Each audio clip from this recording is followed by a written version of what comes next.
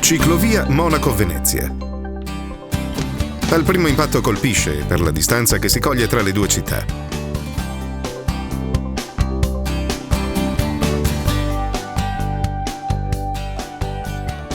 Sono comunque ben 550 i chilometri di ciclovia.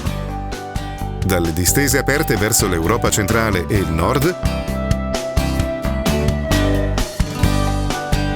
alla città lagunare immersa nel mare Adriatico e quindi nel Mediterraneo, oppure viceversa. Tanti aspetti paesaggistici e naturalistici, culturali e sociali, linguistici ed enogastronomici ne fanno un percorso dal fascino assolutamente unico.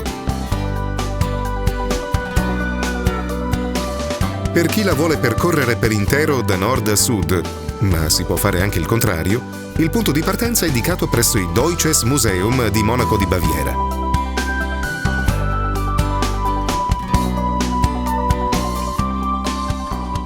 Poi, risalendo il corso del fiume Isar, si oltrepassano fitti boschi e borghi dallo stile gotico.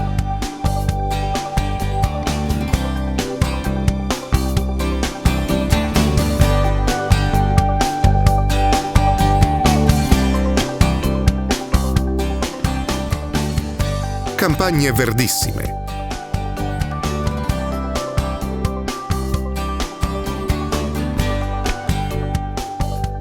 Chiese tipiche e monasteri.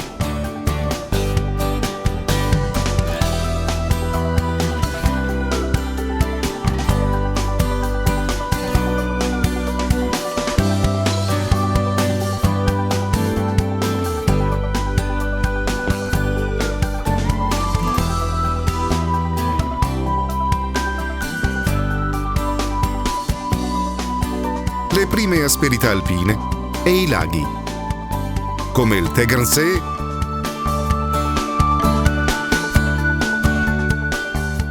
o l'Achensee, già in territorio austriaco. Poi la valle dell'Inn, con le molte attrattive e i paesaggi da cartolina.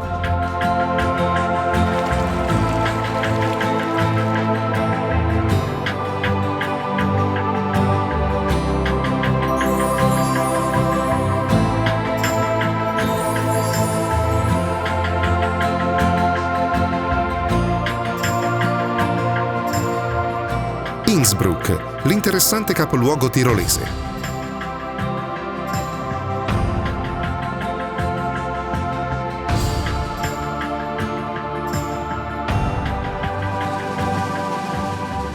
La Wipptal e l'ingresso in Alto Adige al Brennero.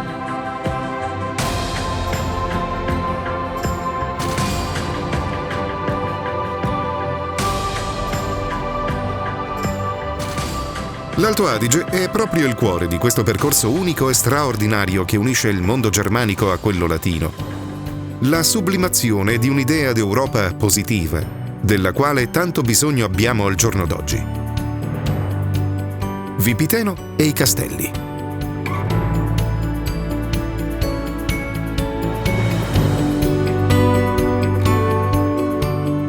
L'incontro con i vigneti più settentrionali d'Italia presso l'abbazia di Novacella.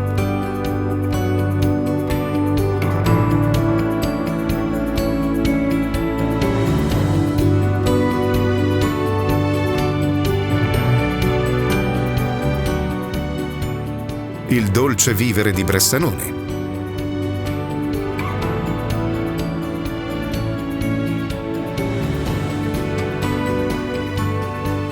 E poi si punta a nord-est, attraversando quasi per intero la Val Pusteria fino a Dobbiaco.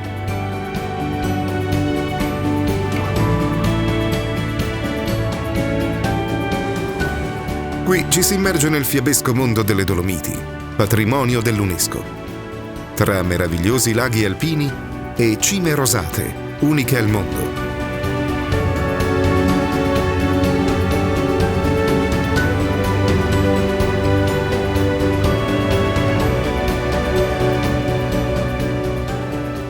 Oltre Cortina d'Ampezzo, sotto la più alta cima che affianca tutta la ciclovia, il Monte Antelao, l'incontro con quelle che furono le terre della Serenissima Repubblica di Venezia, la città lagunare, anch'essa patrimonio dell'UNESCO. Questa parte del tracciato è anche della lunga via ciclabile delle Dolomiti, dove, attorno alla metà del Novecento, si inerpicava il trenino delle Dolomiti.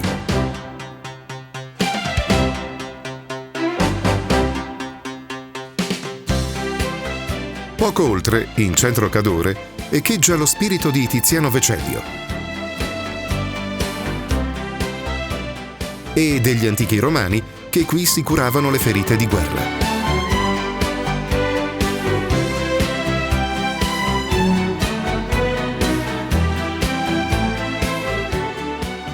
Ancora verso sud, la Valle del Piave e la diga del Vajont, perenne monito contro gli eccessi disastrosi dell'azione umana. Le più dolci prealpi bellunesi, le colline dorate del Prosecco in terra trevigiana, punteggiate da cittadine ricche di storia e di poesia. Il lento scorrere del Sile attraversa Treviso e la campagna, nell'evidente sentore di Venezia, ormai vicina. Infine, il profumo del mare. La laguna.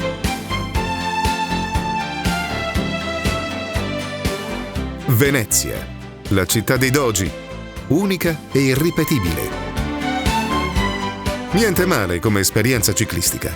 Che ne dite? L'istituzione della ciclovia Monaco-Venezia, basata fisicamente sull'accorpamento di diversi preesistenti tratti ciclabili sull'asse Monaco-Venezia, raccordati ad hoc per realizzare un'unica pista ciclabile, rientra in un progetto comunitario transfrontaliero Interreg che coinvolge Italia, Austria e Germania, e in particolare le province di Venezia, Belluno e Treviso, la comunità comprensoriale della Vallisarco, il consorzio turistico Achensee, il consorzio turistico München-Oberbayern e l'Euroregione Tirolo Alto Adige Trentino. Un'appropriata e uniforme segnaletica guiderà i ciclisti e offrirà tutte le informazioni utili. La promozione del ciclismo nelle zone di confine innescherà azioni comuni di marketing e un aumento sostenibile della produttività economica, con il coinvolgimento attivo delle strutture alberghiere e non solo, in particolare nelle zone rurali.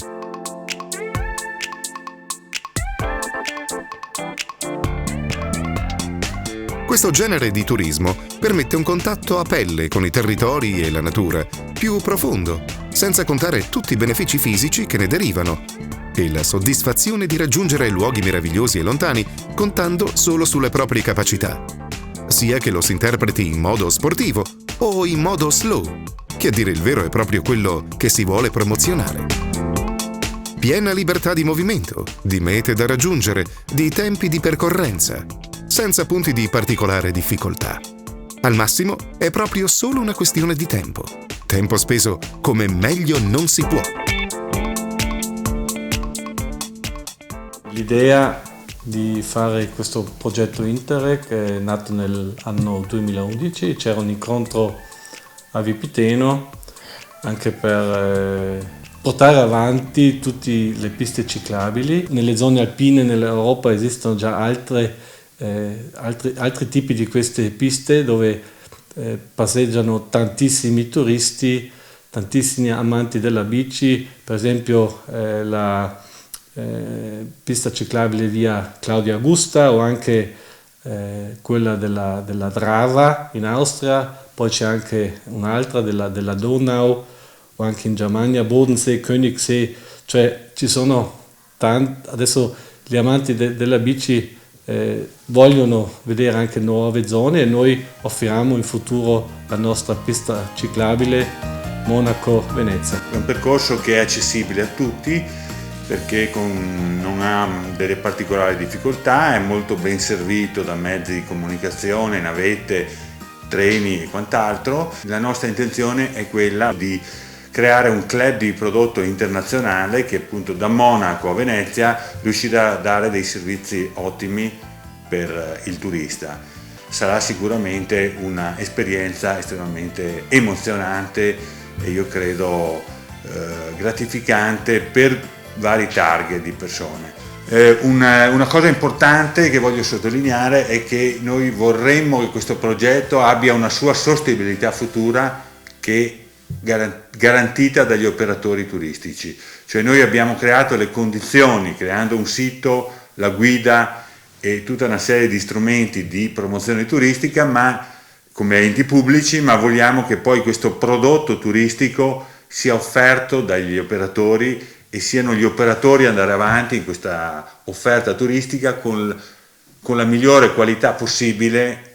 Noi ci sentiamo molto fortunati e anche orgogliosi di far parte di questo progetto come comprensorio Valle Isarco Eisacktal. Siamo posizionati come la Valle dei Percorsi, sicuramente le ciclovie per noi sono importantissime, soprattutto un progetto di questa identità. Ed è anche molto bello perché diciamo da noi c'è questo connubio tra alpino e mediterraneo che noi viviamo già, quindi da noi magari più volentieri si beve un buon bicchiere di bianco della Valle Isarco, ne abbiamo adesso qua 4 che hanno ricevuto i 3 bicchieri del gambero rosso, quindi uno si può soffermare anche e godersi le specialità locali con un buon bicchiere. Per esempio non è necessariamente che uno deve fare un tratto entro un tot di tempo, quindi non per il super mega sportivo, che può anche essere ovviamente anche lui un bel target per questa ciclovia, ma uno si può anche soffermare, per esempio, perché non soggiornare a Vipiteno, prendere la bellissima funivia che va sul Monte Cavallo per godersi, diciamo, la panoramica, soffermarsi un giorno per poi proseguire, fare una piccola visita a Bressanone e Novacella, poi proseguire Valpusteria per poi diciamo scendere giù dai colleghi del Veneto, che poi hanno le loro attrazioni. Cioè io credo che sia una cosa molto molto appetibile. E ovviamente la ciclovia München-Venezia può essere anche letta Venezia-München, nel senso che il ciclismo ha un altissimo valore, tanti appassionati in Italia che possono fare anche diciamo l'inverso, cioè partire da Venezia per poi attraversare le Alpi, come per certi versi ha fatto anche Annibale. Noi lo facciamo con le nostre belle biciclette per poi diciamo bersi una buona birra bavarese a Monaco. Noi lavoriamo insieme perché il turismo estivo non è facile. Gli anni scorsi abbiamo bisogno di nuovi prodotti. Il ciclismo è un prodotto molto importante anche per i nostri alberghieri, è un prodotto innovativo per tutto. Ci sono i nuovi ospiti che abbiamo bisogno di mangiare, sapere. Siamo molto contenti che abbiamo un marketing insieme, abbiamo alta qualità, specialmente in Alto Adige. La sfida al momento è di mettere il prodotto in futuro con un'associazione o qualcosa, anche in cooperazione con i nostri partner.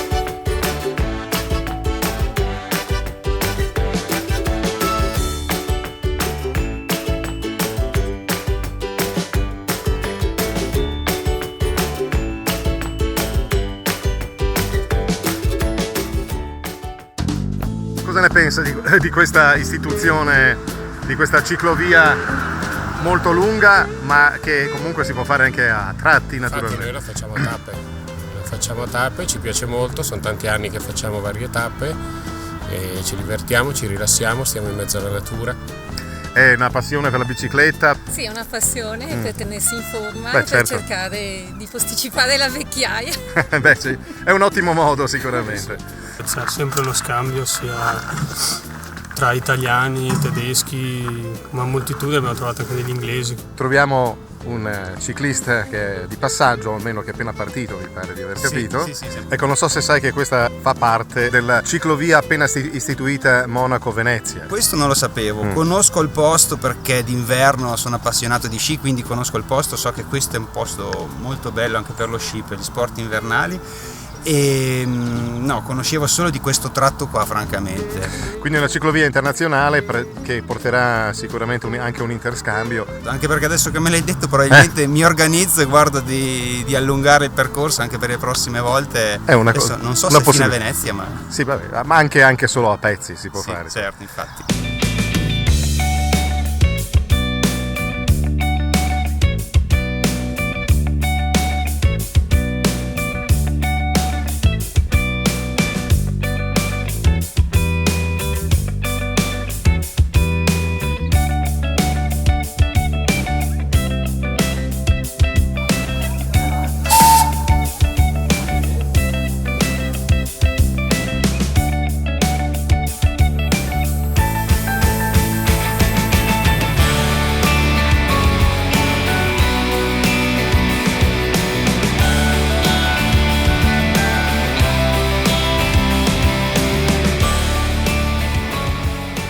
I punti più critici, specialmente quelli intratti dall'orografia complessa, sono stati recentemente risolti, anche se, logicamente, alcuni lavori di perfezionamento continueranno e ci sarà bisogno di una costante opera di manutenzione. La ciclovia Monaco-Venezia avrà di sicuro una sempre maggiore importanza sotto l'aspetto turistico, cavalcando anche il trend che vede il cicloturismo in costante crescita e offrendo quindi nuovi spunti imprenditoriali, particolarmente importanti nelle zone che più hanno subito la crisi economica degli ultimi anni. Va dato quindi merito a chi ha creduto nel progetto e lo ha portato avanti con impegno e cura. Un bell'esempio positivo che insegna e si contrappone agli esempi di segno opposto che dobbiamo, nostro malgrado, troppo spesso subire.